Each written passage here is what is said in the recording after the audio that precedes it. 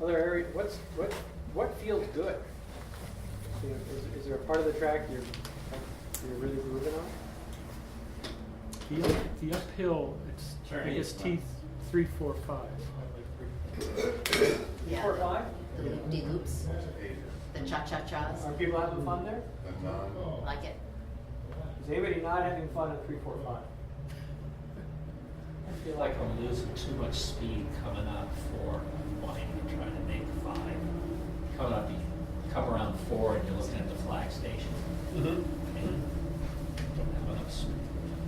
Well that's because I would suspect you're thinking about it incorrectly. Correct me. If you're thinking about maintaining speed here, you got it backwards. You should be thinking about gaining speed out. So the important thing on any corner is a good exit speed and picking up the throttle. So am I if bleeding you're off coming, too if much? you're carrying, you eat well. All right, what do you feel is going wrong? You said you felt like you were losing too I much hit speed.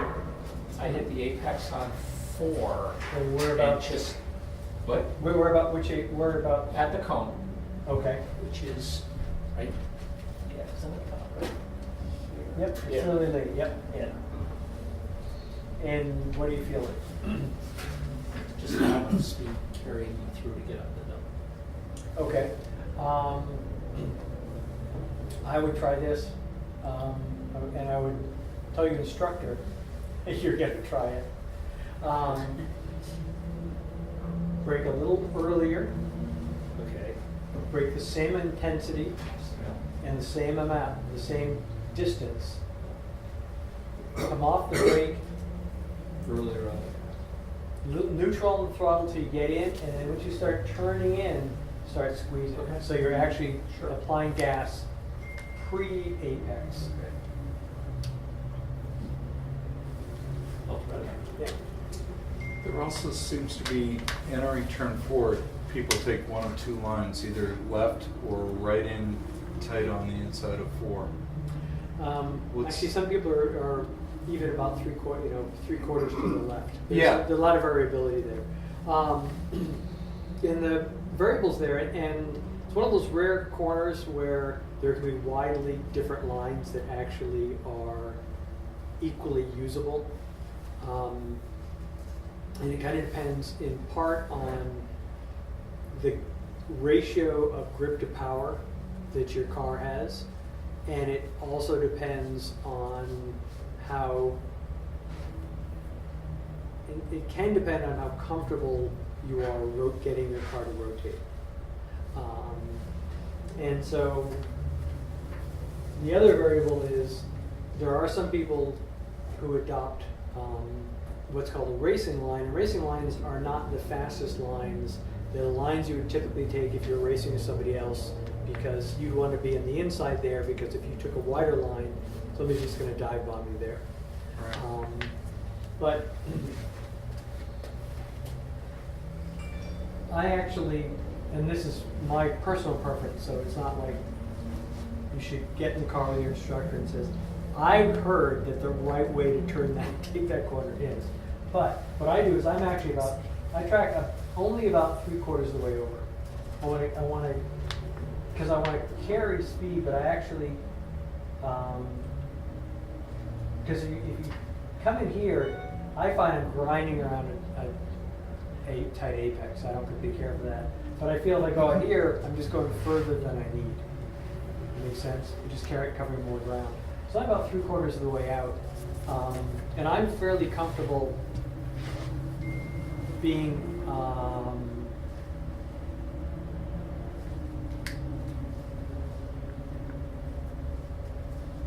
trying to think, because I really don't want to get any of us in trouble with your instructors.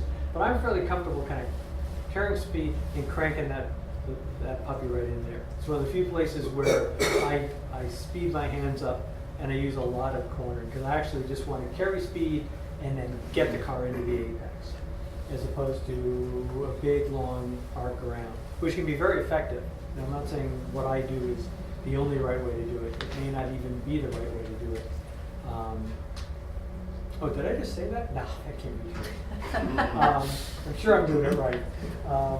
But that's sort of the reason why people might arc around or that people might come in tight. But a lot of it depends on how happy you are turning the car into the apex, like ahead of the car or just following the car around. And one is easier on the car, one is easier on the tires, one is easier on the driver. It may even be quicker. I just kind of like to carry speed in, get the car in.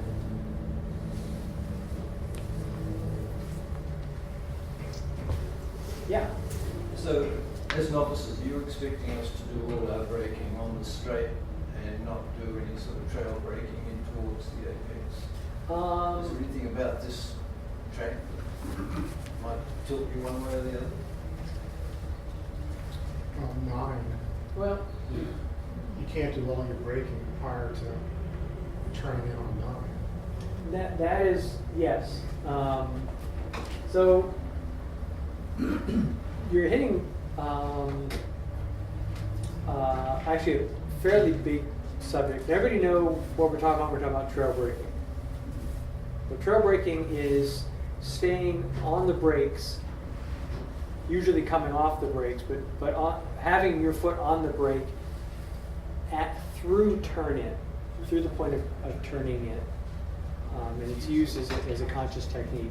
And one of the so some people love it, some people don't like it, some people use it a lot, some people never use it. I use it sparingly.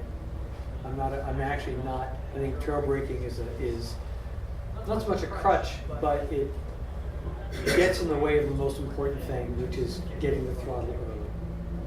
So I would rather brake in a straight line, get the car nicely, comfortably set up so I can actually get comfortably into the corner. Because trail braking, the reason you trail brake is to keep weight on the nose, to help plant the nose and bring it into the corner. And you typically do that on a car.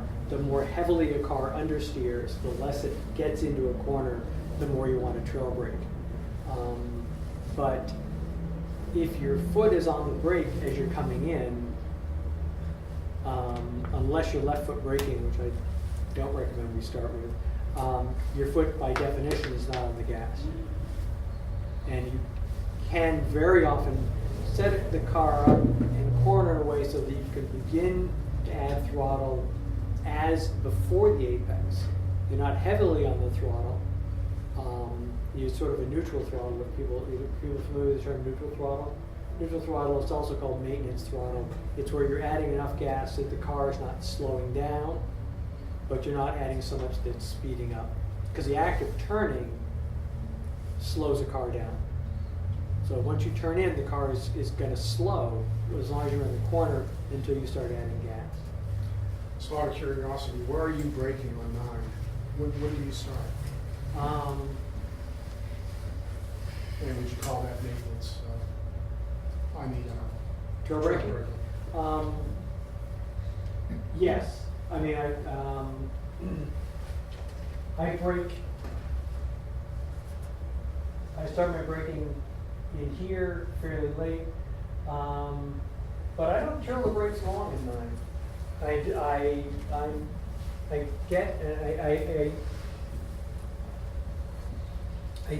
in effect do trail brake because the braking, it doesn't require a ton of braking, and by the time I can sort of brake, I can extend my straightaway prior by braking in what is considered geographically part of the corner. But I'm actually turning so late that actually I'm braking here, but I'm still braking pretty much in a straight line. I do a little bit of trail braking, but I find I don't need to because the banking, in fact, the last thing I find I want to do is get my car in early there. I actually need to stay high and then turn in late and get a late apex. So I actually don't really, technically I'm trailing because I'm turning, but I'm not really trailing to get the nose in because I don't want to wing the car into the corner. That makes sense? Everybody know what I'm I feel that you know what I'm talking about, because actually, you can actually, because of the banking, you can actually almost get sucked into the corner, and you're not resisting it, but you are sort of like riding high, and then diving in to the apex, which is fairly late. I mean, almost every corner here is a late apex corner. I want to talk about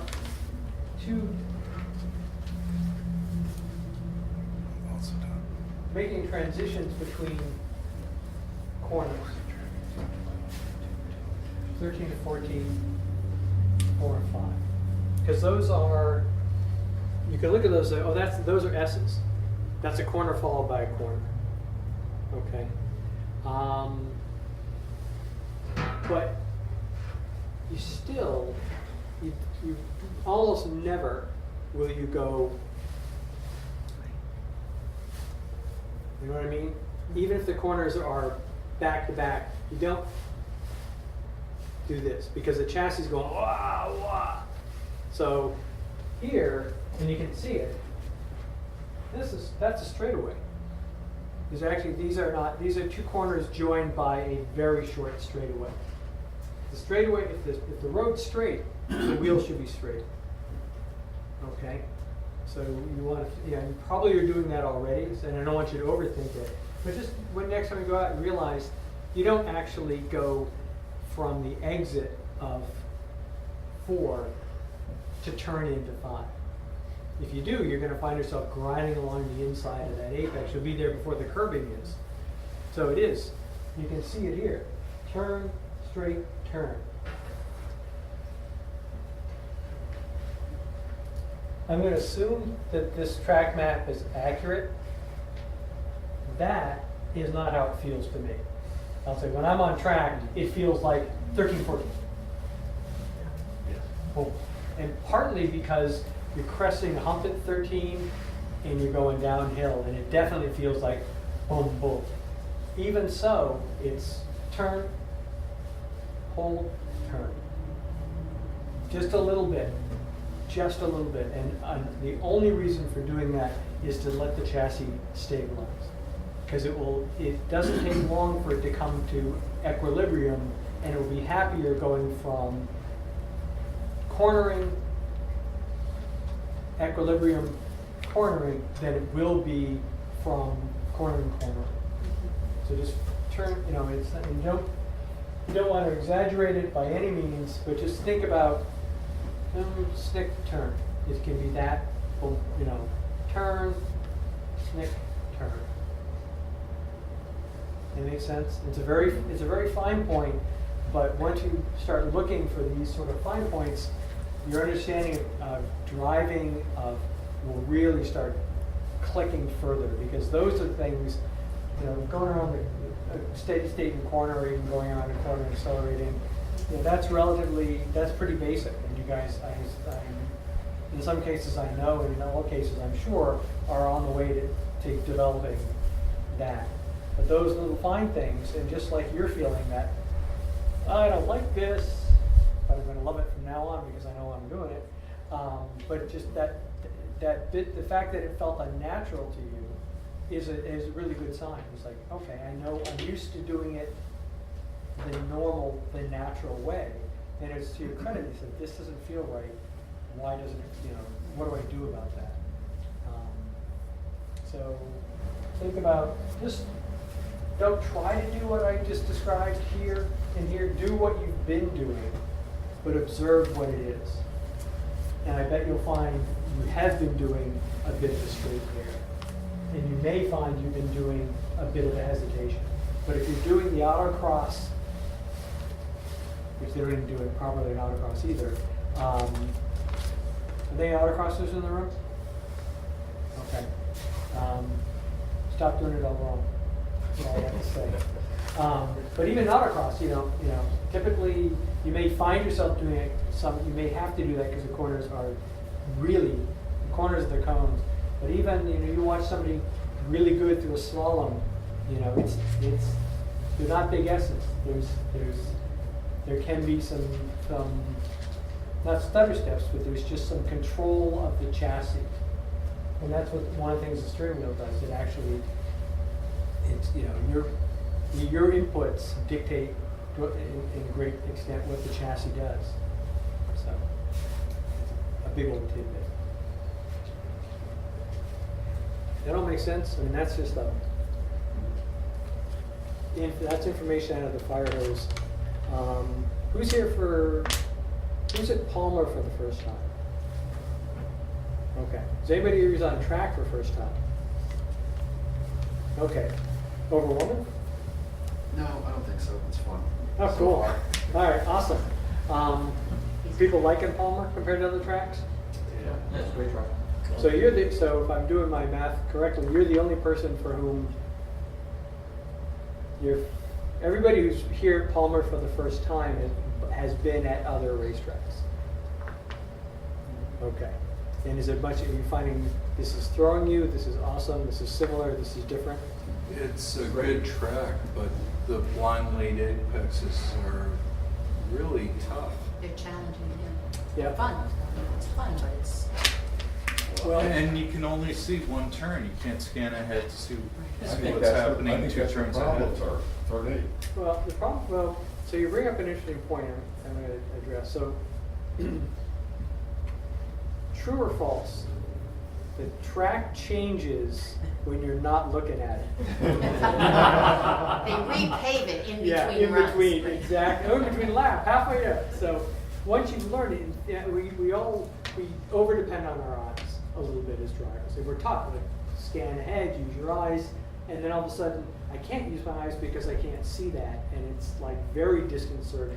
The thing to remember is it doesn't change. So what you want to develop is you can't look at where you want to go because it's physically not visible. So what you want to do is create what's called a sight picture. And it's like, okay, when I'm on the right line, when I'm on the right path, say 6, for example, you know, or any one of those, any one of the blind corners. When I'm on the right path, this is what it looks like. This is what I see. You don't need, and you're not focusing on a particular spot to aim at, but you're like, okay, this is what I see when I'm on the correct path. So that's what you begin to look for. Does this look right as I'm coming? So different reference point. Not even reference points, because Well, not only a point, a reference. yes, it's sort of panorama in a way. What Exactly. I see versus looking for a particular apex or turn, which now is not visible. like exactly The context. And what does it look like as I come around the right and crest the hill? It's like, oh, this looks right.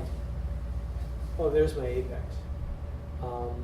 And the other thing about in terms of scanning ahead, we've instructors, and I certainly do this, like hammer in you, look as far ahead as you can, look as far ahead as you can, as far ahead as you can. And actually, it's actually in some ways kind of a poor directive, but it's effective. The right way to do is look as far ahead as you effectively can, or as you usefully can. Because, for example,